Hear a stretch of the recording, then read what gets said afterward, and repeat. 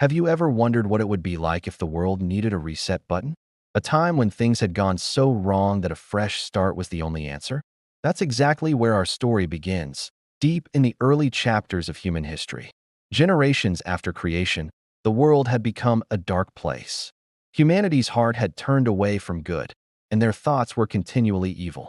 The earth was filled with violence and corruption. It was so bad that it grieved God to his heart, and he was sorry that he had made mankind. He decided he would wipe the slate clean, removing man and beast from the face of the earth. But amid all this darkness, there was one glimmer of hope, one man who stood apart. His name was Noah.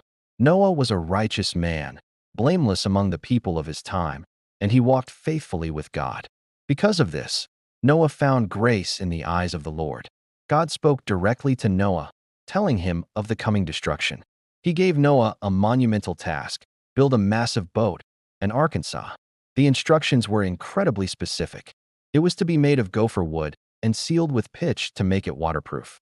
It had to be 300 cubits long, 50 cubits wide, and 30 cubits high. That's about 450 feet long, the size of a modern cargo ship. It would have 3 decks, a window near the top, and a single door in its side. Then came the next part of the mission. God established a covenant, a sacred promise, with Noah. He instructed him to bring his wife, his 3 sons, Shem, Ham, and Japheth, and their wives into the Arkansas. But they wouldn't be alone. Noah was to bring 2 of every kind of living creature, a male and a female, to keep them alive. For the clean animals, those suitable for sacrifice, he was to bring 7 pairs. Noah didn't hesitate or question. He did everything just as God commanded him. When Noah was 600 years old, the time finally came. The animals began to arrive, and Noah and his family boarded the Arkansas. Once they were all safely inside, the Bible tells us something powerful: and the Lord shut him in. The door was sealed not by man, but by God himself. Then the world turned upside down. The fountains of the great deep burst forth, and the windows of heaven were opened. For 40 days and 40 nights, rain poured down relentlessly. The waters rose higher and higher, lifting the ark until it floated high above the earth. The floodwaters covered everything, even the highest mountains.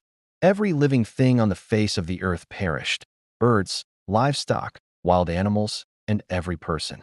Only Noah and those with him in the ark remained alive. For 150 days, the waters covered the earth. But God did not forget. He remembered Noah and every creature with him in the ark. He sent a wind to blow over the earth, and slowly, the waters began to recede. The underground springs and the floodgates of the sky were closed.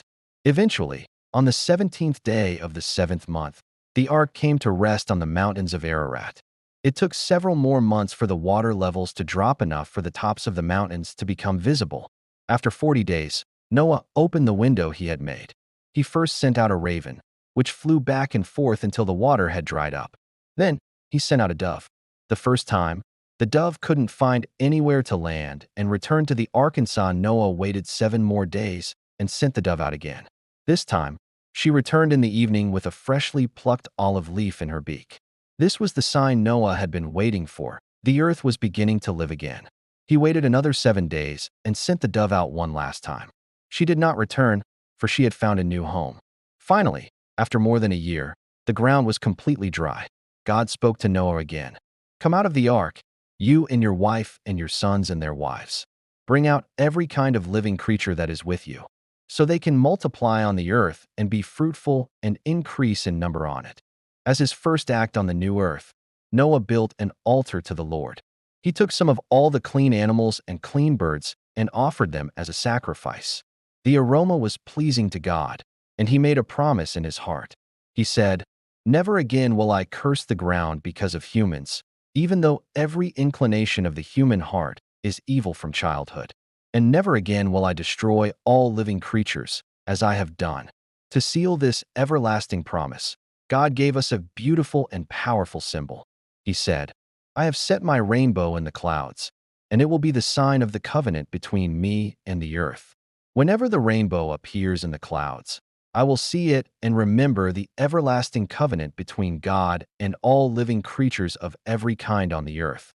The rainbow is our reminder that the waters will never again become a flood to destroy all life. It's a symbol of hope, promise, and a new beginning. Thanks so much for watching.